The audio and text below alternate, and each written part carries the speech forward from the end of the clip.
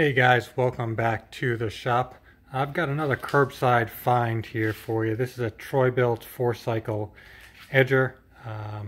Overall appears to be in relatively good condition. Still some life left there on the blade. Sitting on the side of the road. It does have a note on it. The note says needs gas lines, and that's evident here. We've got at least one broken line. And then the second one might as well be replaced at the same time. So let's go ahead and do that. If that's the case, that's a simple repair, and we'll end up with a relatively good unit here.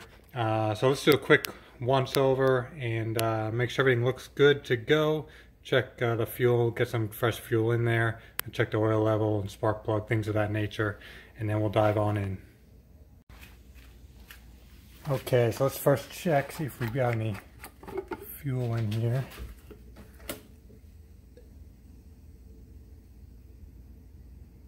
And it does have a little fuel, so let's go ahead and empty that out.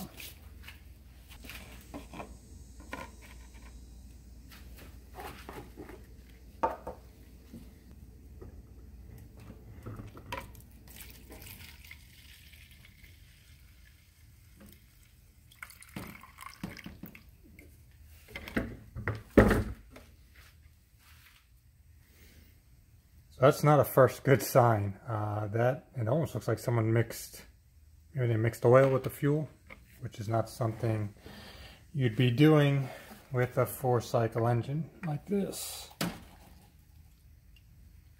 Or perhaps there's a greater issue. Alright, so let's keep going here. Let's see what the oil looks like.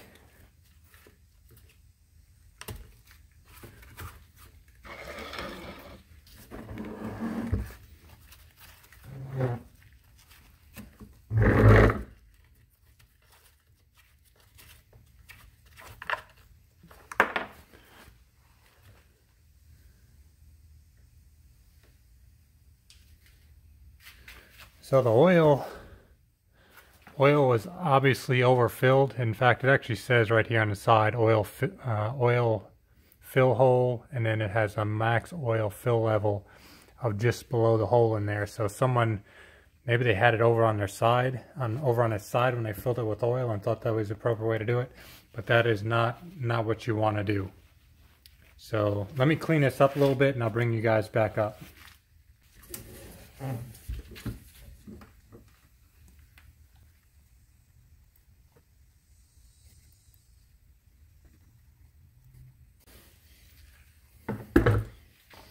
So I went ahead and drained the oil.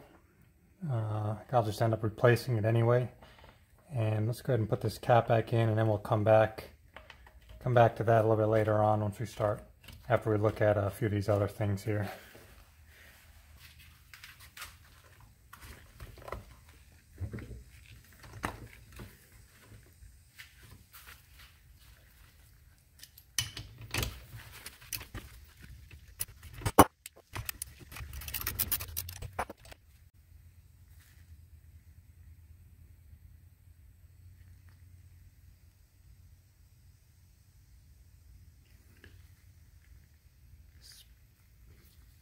Spark plug doesn't look too bad, so we'll go ahead and put that back in.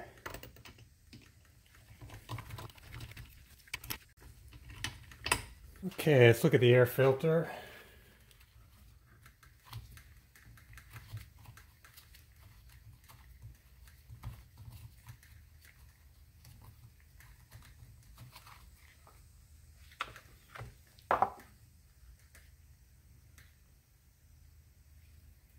Yeah, so the air filter is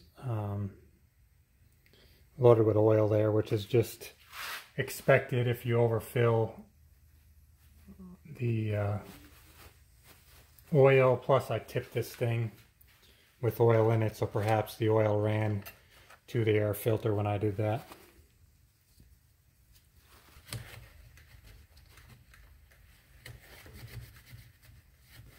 So I think what ended up actually happened was the oil was overfilled, and the oil actually worked its way through the carburetor into the gas tank, and that's why we were seeing that oil in the fuel when I went ahead and drained the fuel tank.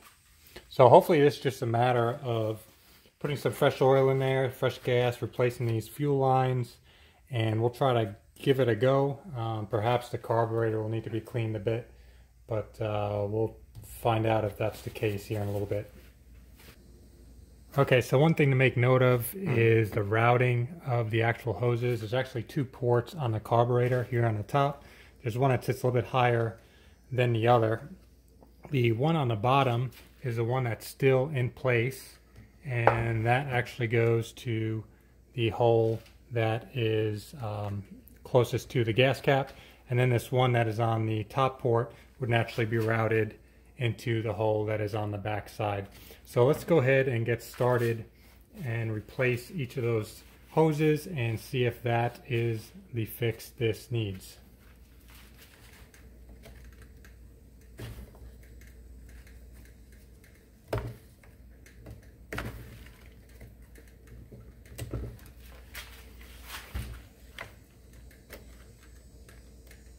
And the deterioration of these hoses is not uncommon, especially due to their age or even the ethanol fuel. The fuels that now have the ethanol in it will just destroy these hoses. So on all my small engines, I run ethanol-free fuel. We have the convenience of one of the local gas stations here carrying 93 octane fuel without ethanol. So that's what I use in all my small engines as well as my boat.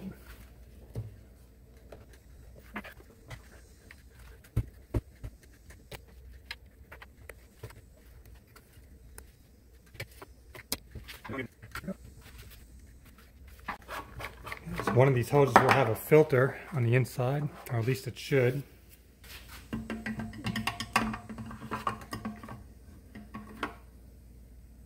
And it does. So that actually just broke, just like that.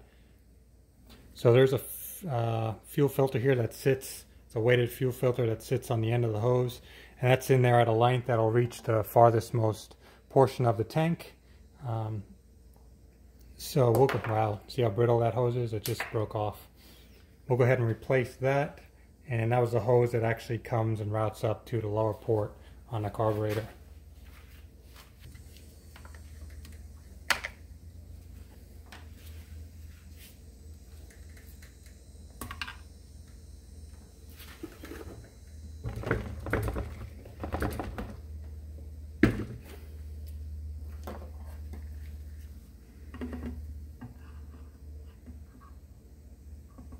The other hose also has a small barb.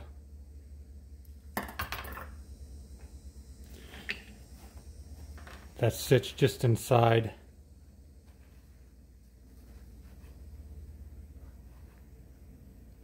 the tank. So we'll go ahead and reattach that to the new hose section. So I've got my new hose. The easiest way to thread these hoses in the hole is to actually cut a small angle on the tip, and that'll allow you to feed it into the hole a little bit better. Now I have only 2 foot of hose. I'm hoping that'll be enough to get the job done. So I put a pretty steep angle on that hose. We'll start with the one on the back side.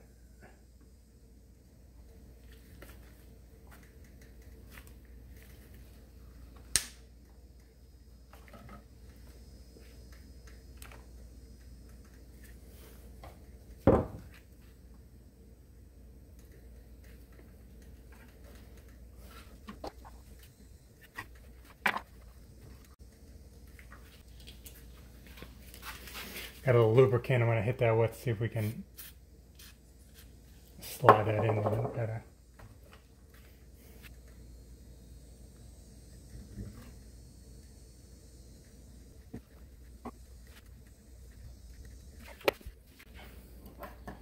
So hopefully that's enough to reach in here and grab it. I can see it. I need to go a little bit more.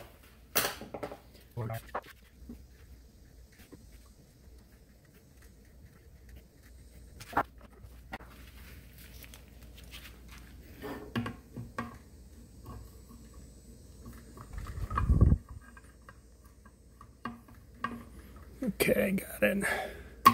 Whoop.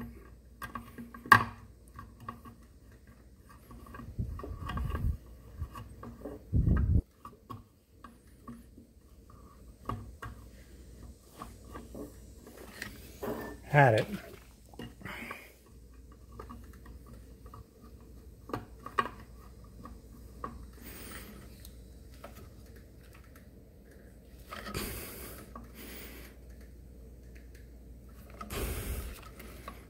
And really with this one, I just need enough to be able to get at the end so I can push that barb piece back on, and then we'll go ahead and pull it back out to where it sits right below the inside of the tank.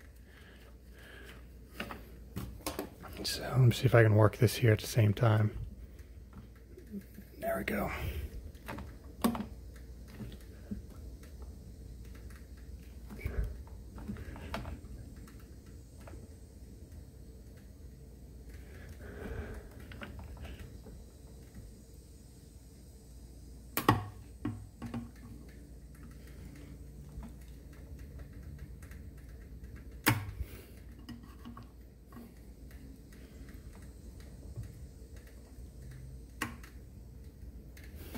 Alright, so we've got our end.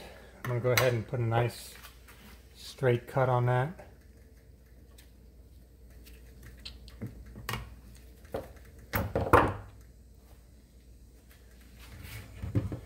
And we'll go ahead and push a little barb piece back on. Whoops.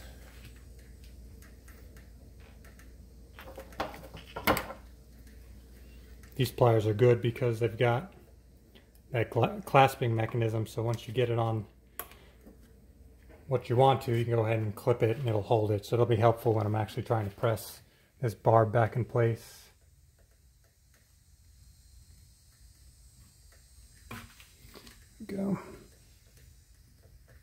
So I've got that pressed back on the hose, so now we just need to go ahead and pull the hose back through, which is a lot easier than trying to push it in. And we've got that pulled through, and that'll just sit right on the inside of the tank there. Now this hose goes to the top port. So I'm actually thinking I'm gonna have just enough hose to do this job here. So I'm gonna go ahead and cut this.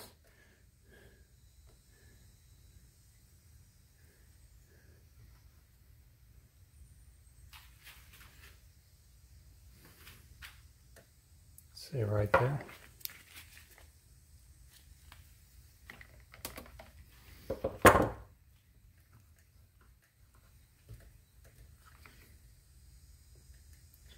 Press it on the upper port.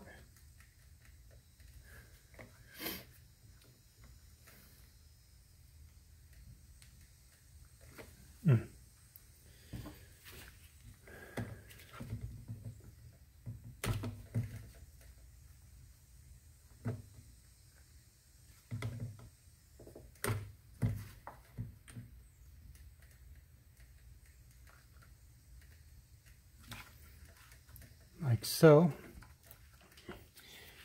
Now we've got to do a similar exercise for the hose that'll hold the fuel filter on the inside. Again, I'm going to cut a sharp angle on the hose. Go ahead and put my lubricant on there.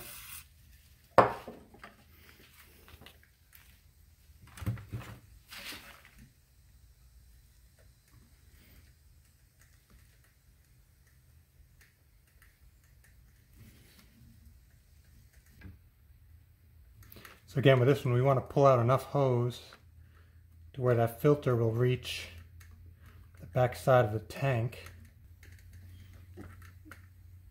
But given that I have so much hose, I still need to be mindful that I leave myself enough to reach the carburetor. Okay, I think that's plenty. And that still gives me enough to reach this port sitting on the carburetor. So let's go ahead and put the fuel filter back on. Go ahead and cut a straight end there.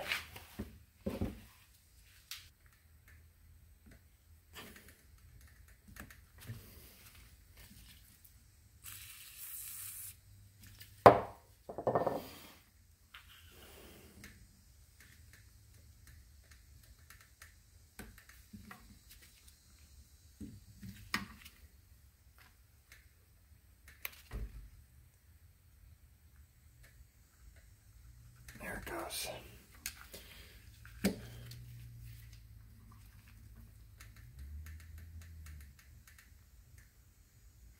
Okay, so I've got that back together. Fuel filter will just sit on the inside of the tank.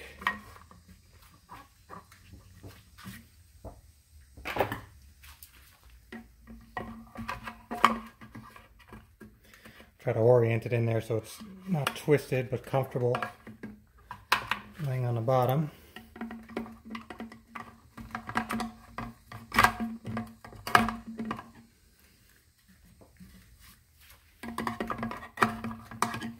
Okay, this hose will get routed up. So now we've got both hoses replaced and routed. We've got, again, this upper one will come around, go in this furthest most port, and it has that barb that just sits right on the inside of the tank.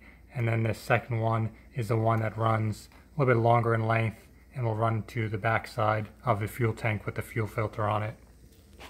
Alright, so let's go ahead and fill the oil level back up. Now there wasn't, I don't know what the capacity is, there wasn't a whole lot that came out of it. Whoops. So what I'll do is I have this syringe that I'll use. I've got some fresh oil. Let's go ahead and fill the syringe up, inject it in the hole here until we see the level sit just below the hole on the inside.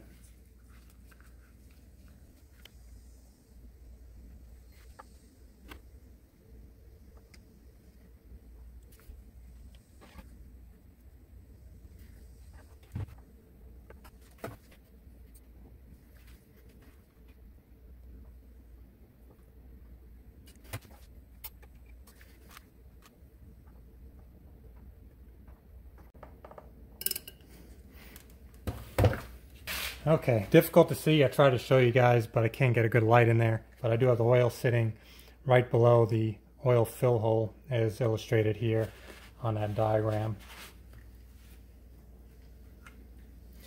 Let's go ahead and close that back up.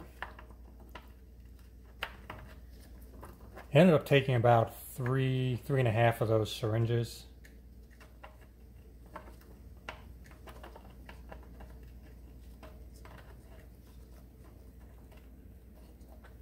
Come on.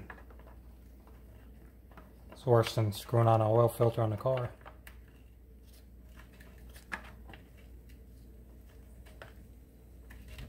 There it goes.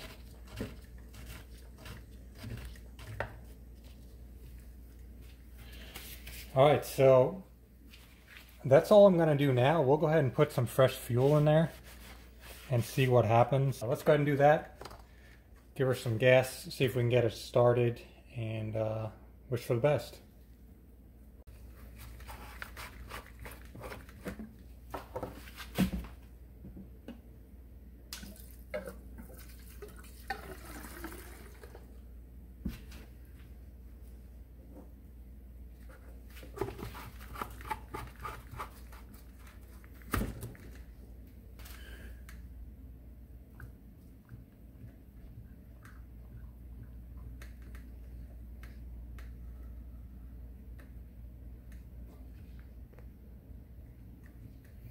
Okay, primer bulb looks good. Actually saw the fuel fill up in the lines. So let me go ahead and get this outside. We'll see if we can go ahead and get it started. So directions are push the primer bulb 10 times, which is what we did. And then without squeezing in the throttle, try to go ahead and manually start the engine.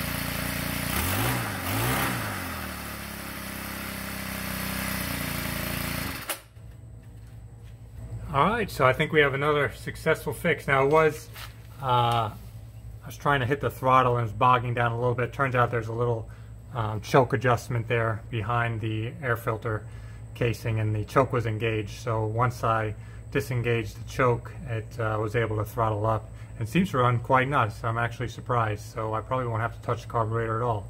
So another good find. Now I've got myself a nice 4-cycle edger.